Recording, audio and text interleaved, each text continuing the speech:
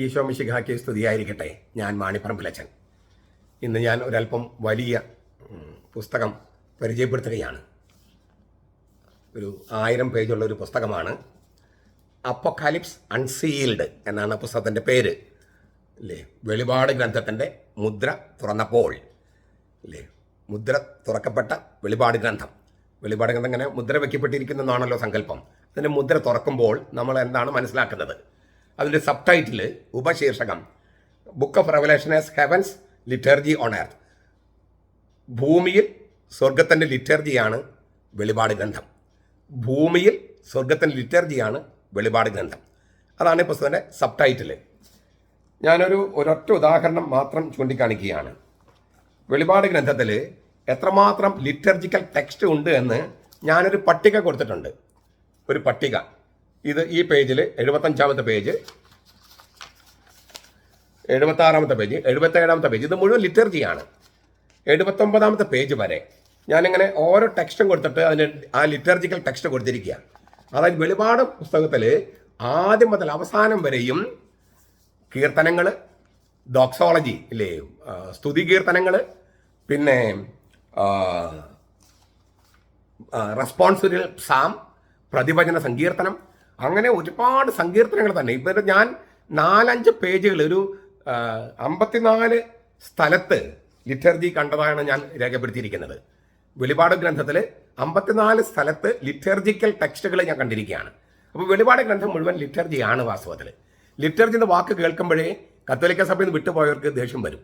അവർക്ക് ലിറ്റർജി എന്ന് പറഞ്ഞാൽ വിഗ്രഹാരാധനയാണ്. അങ്ങനെയാണ് അവർ വിചാരിച്ചിരിക്കുന്നത്. അതല്ല അതിൻ്റെ സത്യാവസ്ഥ. നിങ്ങൾക്ക് വായിക്കാൻ, ഇംഗ്ലീഷ് അറിയാവുന്നവർക്ക് വായിക്കാൻ പറ്റിയ ഒരു പുസ്തകം ഞാൻ പറയാം.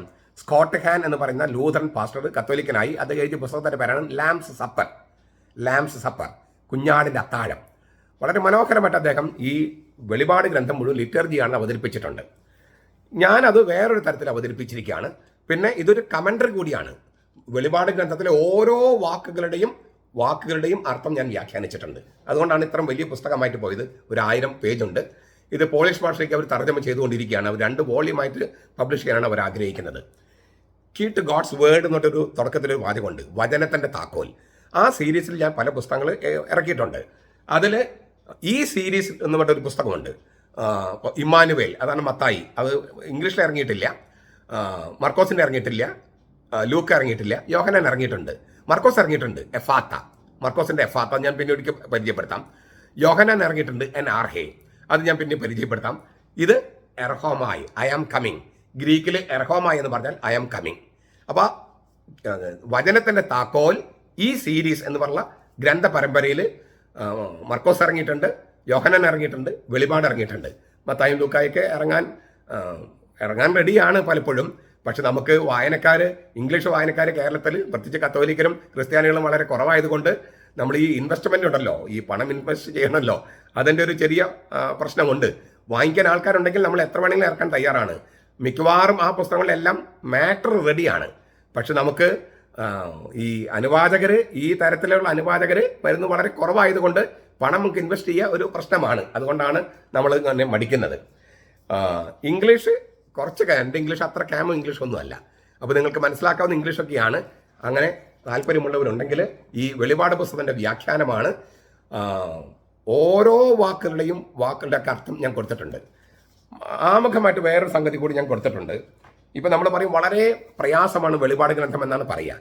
ഞാൻ വിചാരിക്കുന്നത് അത്രയും വലിയ പ്രയാസം എനിക്ക് തോന്നിയില്ല. കാരണം എൻ്റെ മാസ്റ്റേഴ്സ് വെളിപാട് ഗ്രന്ഥത്തിലാണ്. അതുകൊണ്ട് മാത്രമല്ല, ഈ വെളിപാട് പുസ്തകം ഒരുപാട് കോഡുകൾ ഉപയോഗിക്കുന്നുണ്ട്.